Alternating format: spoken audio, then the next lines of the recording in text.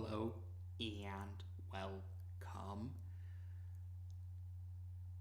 to the viewers of this video.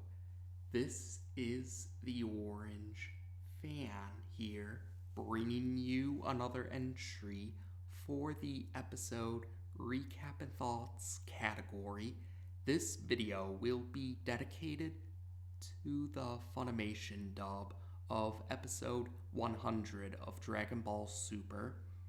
We begin this episode with Gohan, Piccolo, Tien, and Master Roshi reacting to Krillin being eliminated from the Tournament of Power. Master Roshi suggests that they should look at this along the lines of the 7th Universe team still having 9 fighters participating in the tournament. Android 17 and Android 18, on the other hand, are much less forgiving about Krillin's elimination, and Krillin apologizes for letting his guard down. Champa can't resist taunting his twin brother Beerus about how a fighter from the 7th Universe team has been eliminated from the tournament. It probably doesn't help matters that the Universe 6 team still has all of its fighters participating in the tournament, and that a fighter from the Universe 6 team, Frost, was the one who eliminated Krillin from the tournament. Champa then turns his attention to Botamo and Automagetta working together to fight against Vegeta. Universe 6's destroyer is confident that Vegeta will be the next fighter from the Universe 7 team to be eliminated from the tournament. Vegeta does manage to get away from Botamo and Magetta, but he is then quickly approached by Cabba. Cabba also manages to knock 2 opponents off of the arena. The opponents that Cabba knocked off of the arena are Negrisi from Universe 3 and a red humanoid alien from Universe 10. Supplementary material reveals this fighter's name to be Murray-sam, and he's voiced by Alex Mai. Cabba then transforms into a Super Saiyan to fight against Vegeta, who's already in the Super Saiyan form. Meanwhile, Hit uses his time skip ability in order to easily knock Narirama off of the arena. Hit also comments to himself about how he can sense an unpleasant presence nearby. Elsewhere, we see that Kale is in the middle of fighting a humanoid crustacean fighter from Universe 10. Supplementary material reveals this fighter's name to be Methiop, and he's voiced by Sean Gann. Eventually, Napapa also joins Methiop in fighting Kale. Napapa grabs Kale by her hair and holds her in the air, while Methiop rapidly punches Kale using a stretching arms technique. Napapa then tries to throw Kale off of the arena, but Caulifla manages to save Kale before she's thrown off of the arena. And Caulifla also encourages Kale to rest for a while. Caulifla also makes it very clear to Napapa and Methiop that she doesn't take too kindly to them insulting her protege. Caulifla transforms into a Super Saiyan to fight against these 2 fighters from Universe 10. Caulifla manages to knock Methiop somewhere else on the arena, and she manages to knock Napapa off of the arena. After that, Caulifla returns to her normal form, and she goes to check on Kale. Caulifla encourages Kale to have more confidence in herself, and then she tells Kale that she wants to challenge Goku next. Caulifla and Kale see that Goku, who's in his Super Saiyan form right now, is fighting against Universe 2's Yardratian, voiced by Sonny Franks. Universe 2's Yardratian is constantly using instant transmission, but because he's focusing on Goku, he gets blindsided by Caulifla, who manages to knock the Universe 2 Yardratian somewhere else on the arena. Caulifla then gets Goku's attention, and she says that she saw Goku transform into Super Saiyan Blue earlier in the tournament, and she insists that Goku teach her and Kale how to unlock the Super Saiyan Blue form. She says that she will thank Goku by using the form to defeat him. Kale has to point out to Caulifla that that isn't really a proper way to thank someone. Goku responds that he doesn't think Caulifla and Kale are ready for Super Saiyan Blue yet because he considers them to be rookies. Caulifla doesn't take too kindly to this, and she urges Kale to use her true power, but Kale isn't able to transform. So Caulifla decides to face off against Goku one-on-one. Caulifla transforms into the form that supplementary material calls Super Saiyan 3rd grade. This is one of the two forms that most fans call Ultra Super Saiyan, the other form being what supplementary material calls Super Saiyan 2nd grade. So to distinguish between these two variations, I call them Ultra Super Saiyan A and Ultra Super Saiyan B. Back to the topic at hand. Caulifla transforms into Ultra Super Saiyan B in order to fight Goku. But Goku points out that Ultra Super Saiyan B sacrifices speed and stamina for strength, so the form isn't very practical for long fights. Goku then transforms into Super Saiyan 2, and he says that Caulifla and Kale should try to unlock this transformation. Caulifla becomes really excited when she sees Goku in the Super Saiyan 2 form. She rushes up to Goku and says that she already unlocked Super Saiyan 2, although she admits that she hasn't been able to maintain the form effectively after she initially unlocked it. And Caulifla brings up the tingling feelings in the back. Caulifla brings that up. And while Goku admits he never thought of it that way before, he does seem to understand what Caulifla is talking about when she brings up these tingling feelings in the back. And Goku also ignores Beerus's comments to just defeat Caulifla already. Caulifla then manages to transform into Super Saiyan 2 again, and she seems to be able to maintain the form more effectively compared to when she first unlocked the form. And she becomes very excited when she finds out that Super Saiyan 3 exists. Yes, Goku says something along the lines about how he wouldn't be surprised if Caulifla managed to unlock Super Saiyan 3 and master Super Saiyan 2 by the end of this fight. So yes, Caulifla is very excited to hear that there's a Super Saiyan 3. So Goku and Caulifla begin to fight each other, with both of them being in Super Saiyan 2 form, and Kale tries to help Caulifla by launching an energy blast towards Goku, but Goku is able to easily deflect the energy blast, and he tells Kale not to bother them in the middle of their fight. Caulifla doesn't really say anything to Kale, and she continues to fight Goku.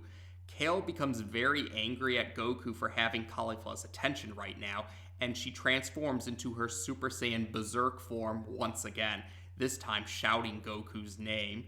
Vegeta and Kappa can sense the transformation from where they are, and Vegeta makes a point to try and warn Goku that Kale's form could be the legendary Super Saiyan form that their ancestors spoke of. And Caulifla also gets knocked out of the way when Kale charges towards Goku, but Hit is able to save Caulifla using his time skip ability. And many other fighters in the tournament also take notice of Kale's Super Saiyan Berserk form. The Omni Kings are very excited about this turn of events. So while she's in her Super Saiyan Berserk form right now, Kale mostly just says Goku's name with various different titles. Like she says Goku the fill-in-the-blank, essentially, is the best way I can think to describe Kale's current vocabulary. And Kale is very focused on attacking Goku. Eventually, Goku transforms into Super Saiyan Blue, and he launches a Kamehameha towards Kale. But Kale manages to dash through the Kamehameha, and she grabs Goku. This is supposed to be a reference to when Broly did something like this in the 8th Dragon Ball Z movie, Broly the Legendary Super Saiyan. Piccolo notices how Kale can't control her power, and eventually Kale lets out a powerful yell that, while also launching a barrage of energy attacks, Kale launches a barrage of energy blasts while she's letting out a powerful yell, and these energy blasts are scattered all throughout the arena, and the arena even gets torn up significantly during this barrage of energy blasts. Methiop ends up getting caught by one of these energy blasts, and Methiop gets knocked out of the arena. Methiop ends up getting knocked off of the arena, by one of these rapid-fire energy blasts that are being scattered throughout the arena. One of the Universe 11 fighters, yes, the Pride Trooper member who looks like a humanoid dinosaur, his name is revealed to be Veywan, if I'm not mistaken, and he's voiced by Charles Campbell. But yes, Veywan tries to use his Justice Whip attack in order to subdue Kale. But Kale is able to easily break free from the Justice Whip, and she knocks Veywan off of the arena without much effort. Jiren actually decides to step in, and he manages to launch a blast towards Kale, which renders her unconscious and returns her to her normal form. Hit gets Jiren's attention while Caulifla picks up the unconscious Kale, and then eventually Goku gets Jiren's attention, and Goku tries to approach Jiren. So Hit and Caulifla, with the unconscious Kale, decide to take advantage of Goku distracting Jiren, and they retreat. And that is how we end this episode. So there you go. We've now discussed 100 episodes of Dragon Ball Super on this channel, although I should clarify that the Beerus Saga had its own video and the Golden Frieza Saga had its own video on the channel too, rather than being a episode by episode video like what the case has been for the Champa Saga, the Zamasu Saga, and the Universe Survival Saga. But yes, the Funimation dub of Dragon Ball Super has made it to the 100th episode milestone. And yes, I guess you could say that the big event for this milestone was how we got to see interactions between the Saiyans from Universe 6 and Universe 7. We have seen Kappa interact with Vegeta before, and Vegeta and Kappa do fight for a while in this episode, even if it's not the main focus of this episode. The main focus, though, or yes, one of the main focuses of this episode is Goku and Caulifla having more interactions with each other after they initially met just before the tournament started. And you could say that Goku and Caulifla have formed a mentor and apprentice bond in this episode. Yes, I can definitely see why some fans consider Caulifla to be a female Goku, or why some fans would describe Caulifla being like a female Goku. Even at least one of my relatives that's watching along with the dub on Toonami has commented that they felt that Caulifla was like a female Goku, or they were reminded of Goku when they saw Caulifla. Although Caulifla's attitude does remind me a bit more of Vegeta, but I can definitely understand some fans describing Caulifla along the lines of female Goku with Vegeta's attitude. But yes, we did get to see Caulifla and Goku interact with each other to a much greater extent compared to when they first met. And I do feel Elizabeth Maxwell's Caulifla has great chemistry with Sean Schimmel's Goku. I feel that their interactions, yes, I really enjoyed their interactions. I feel both voice artists for the Funimation dub had great chemistry with each other when interacting as their respective characters. And Dawn Bennett continues to do a great job of voicing Kale between her normal form and Super Saiyan Berserk form. Yes, if you want my 2 cents, I believe Dawn Bennett does a great job distinguishing between Kale's normal form voice and her Super Saiyan Berserk form voice. And otherwise, I did like how, another thing I liked about this episode was how Super Saiyan 2 got a significant amount of attention in this episode. We got to see Goku in his Super Saiyan 2 form again. He was in the form back in the Zamasu Saga. He was in the Beerus Saga, and yes, in the Zamasu Saga too. Goku fought against Goku Black in Super Saiyan 2 form when Goku Black made it to the present timeline. Or yes, when Goku Black followed after Future Trunks into the present timeline, Goku fought against him in Super Saiyan 2 form for a while.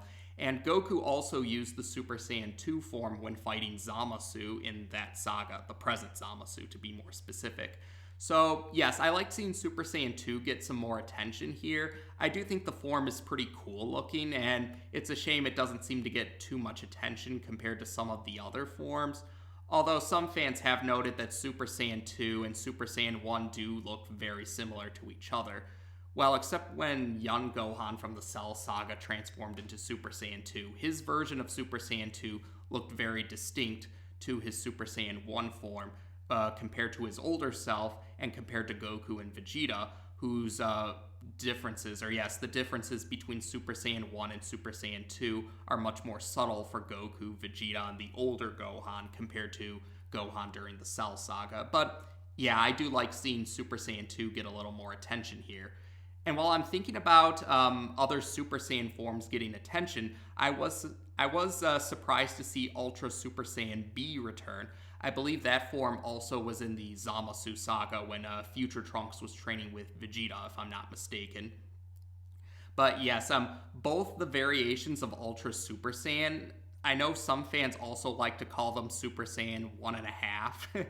But yeah, it was pretty cool to see the Super Saiyan 1.5 or Ultra Super Saiyan variations get some attention too, because those forms aren't usually brought up beyond the Cell Saga and maybe a few video games here or there. Yes, outside of the Cell Saga and a few video games, the Ultra Super Saiyan variations aren't really acknowledged outside of otherwise. Yes, they're not usually acknowledged outside of the Cell Saga and some video games. So it was pretty cool that they did acknowledge those Super Saiyan forms building up to Super Saiyan 2. It was nice to see them recognize those predecessor forms to Super Saiyan 2. And yes, hearing about Super Saiyan 3, yes, it was pretty. I thought it was pretty cool how Caulifla was excited about Super Saiyan 3. I know Super Saiyan 3 does have some stamina complications, but I wouldn't mind seeing Caulifla unlock the Super Saiyan 3 form someday in the future. And while I'm thinking about the topic of Caulifla and unlocking Super Saiyan forms, yes, this was the episode that clarified that even though Caulifla did unlock the Super Saiyan 2 form rather easily, she still wasn't able to maintain the form effectively after she unlocked it. It wasn't until her fight with Goku when she was able to maintain the form more effectively. So yeah, I brought that up before. I know some fans weren't too thrilled about how easily unlocked the Super Saiyan forms were for Caulifla and Kale, but I didn't really have much issue with that, partially because Goten and Trunks already unlocked the Super Saiyan forms rather easily back when they were kids, and Caulifla and Kale are significantly stronger than any of the Universe 7 Saiyans were when they unlocked the Super Saiyan form. And Caulifla at least was acknowledged to be a prodigy by her older brother Renzo. So I didn't have a problem with them unlocking the Super Saiyan form easily. And in Caulifla's case, unlocking the Super Saiyan 2 form easily. Again, this episode clarifies that just because she unlocked the form doesn't mean that she was able to easily maintain the form. But she was able to get the hang of things after fighting with Goku for a while. And again, that makes sense. She is a prodigy who's significantly stronger who right now is stronger than Goku was when he unlocked the Super Saiyan 2 form. And Vegeta and Gohan, yes, she's stronger right now than Goku, Vegeta, or Gohan were when they unlocked the Super Saiyan 2 form. So otherwise, besides that, yes, Kale also got a significant amount of attention in this episode too. Kale re-entered her Super Saiyan Berserk form in this episode, and this time Goku was the focus of her anger. Yes, Kale singled out Goku and was really going to attack Goku because she didn't take too kindly to Caulifla's attention being towards Goku at the moment. And yes, this has led to a debate about that some fans have had, or yes, it's pretty clear that Kale was meant to reference Broly. Yes, many fans could easily tell that Kale was a reference to Broly, and yes, the hatred for Goku definitely is something that happened back in the initial Broly trilogy. Or at least movie 8, Broly the Legendary Super Saiyan, and movie 10, Broly the Second Coming, since movie 11, Bio Broly, had a clone of Broly rather than the actual Broly, but I'm going off on a tangent right now. But yes, This episode in particular kind of referenced movie 8 and movie 10. Yes, there were a few scenes that did remind me of Broly the Legendary Super Saiyan, the movie, with the way how Kale was able to charge through the Kamehameha and lift Goku up afterwards. And you could say there was also the reference to Broly the Second Coming, movie 10, with the way how Kale's vocabulary became limited to just shouting Goku the fill in the blank. I should clarify, yes, in the sub version, Kale's vocabulary was just saying Goku's full name, but the Funimation dub doesn't really bring up Goku's last name. For anyone who's curious, Goku's last name is Son, or Son for the more pedantic pronunciators, but yes, the Funimation dub doesn't really bring up Goku's last name too often. The only time it really was brought up was, yes, if I'm not mistaken, I think the only time the Funimation dub actually brought up Goku's last name was during his speech to Frieza after he unlocked Super Saiyan in Dragon Ball Z Kai. That's the only time from the Funimation dub that I recall Goku's last name or his family name being mentioned in the Funimation dub. But yes, in the Funimation dub for this episode, they just had Kale say Goku the fill in the blank. Probably, yes, for mouth flap, lip flap reasons, and because they don't really bring up Goku's last name in the Funimation dub. And another difference between the dub and the sub that I noticed for this episode was Vegeta's warning to Goku. Vegeta's comments to Goku was something about the Saiyan's true form. Most fans took that to mean the Saiyan. He meant Kale, but he didn't really know Kale's name, so he said the Saiyan instead of Kale.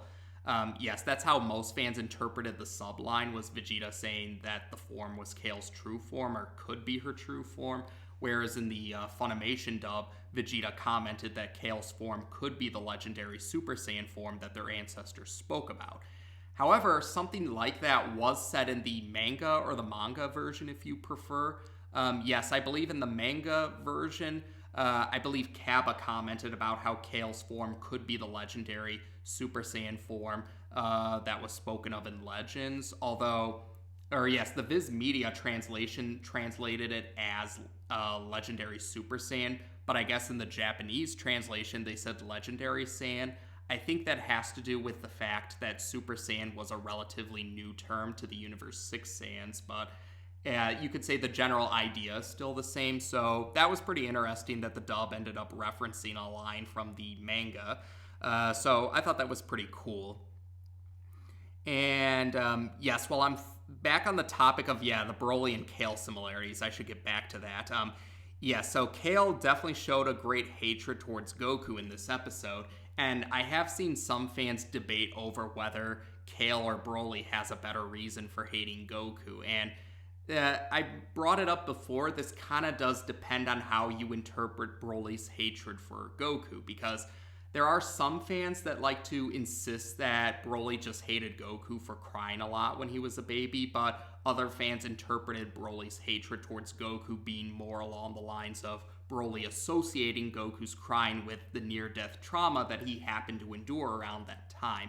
Yes, it's irrational, but in its own irrational way, it does make sense. I realize that's very paradoxical sounding, but post-traumatic stress disorder can be like that sometimes, and that's how I interpret Broly's hatred for Goku. I don't agree with the fans that insist Broly just hates Goku for crying a lot when he was a baby. I think Broly's hatred was more the result of post-traumatic stress disorder, but yes, there are some fans out there that have debated over who has a better reason to hate Goku between Broly and Kale. And obviously, yes, there's some other Broly-related details that have come to light thanks to hindsight now.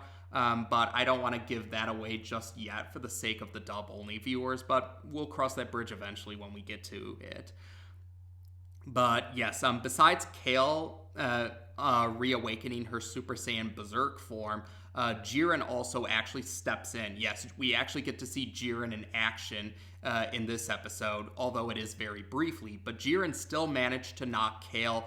Jiren was able to knock Kale out of her Super Saiyan Berserk form and render her unconscious without really breaking a sweat. So Yes, Top did comment before that Jiren is Universe 11's most powerful mortal, so yes, we do get a brief preview about just how powerful Jiren is. And we do get to see a few fighters have been eliminated from the tournament in this episode. If I'm not mistaken, Universe 3, Universe 10, and Universe 11 had fighters eliminated from the tournament in this episode. Universe 10 lost the most fighters, and Universe 11 only lost one fighter. Or yes, Universe 11 only had one fighter eliminated from the tournament, but Universe 10, I believe, lost the most, and then Universe 3 was naturally in the middle of those two. But yes, so we lost a few more fighters in this episode, or more fighters were eliminated from the tournament, but yes, the Universe 9 team is the only team that lost all of their fighters in the tournament before the episode count reached the 100 milestone. So, yeah, I know some fans kind of felt pity for Universe 9 that their team for the Tournament of Power didn't get to make it to the triple-digit number count in the episode count for Dragon Ball Super. So, yes, there was definitely a lot to talk about for this episode, being the 100th episode and all.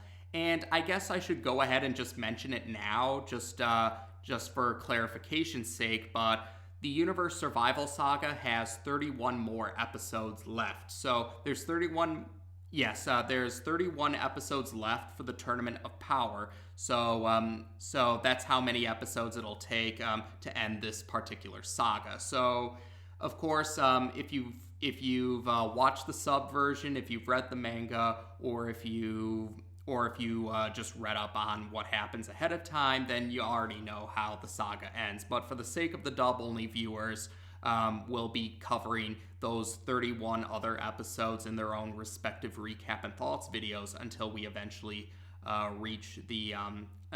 and that's how we'll go about it for the dub-only viewers. For the dub-only viewers, we'll cover the next 31 episodes in recap and thoughts videos, and the dub viewers will be able to follow along and see how it all ends, for those who chose not to look ahead of time anyway.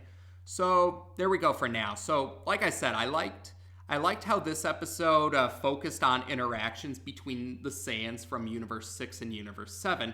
I did like Goku and Caulifla's interactions with each other. I do like the mentor and apprentice bond that they ended up forming in this episode, even though they're in a tournament where their respective universes and other universes' existence are on the line. And we do get to see a little bit of Vegeta and Kappa's interactions. We get to see Kale reawaken her Super Saiyan Berserk form, and we get to see some Broly references in this episode. And then we do get to see a little bit of Jiren in action, and we do get to see, and we also get to see a few more fighters from a few other universes be eliminated from the tournament. So, yeah, I thought it was a pretty action-packed 100th episode milestone, and yeah, overall, I would consider it an enjoyable episode. And yeah, Caulifla and Kale will be getting some more time to shine in some future episodes without saying too much for the sake of the dub-only viewers, but I am looking forward to those other moments. I really enjoy Elizabeth Maxwell and Dawn Bennett's portrayals of Caulifla and Kale, respectively.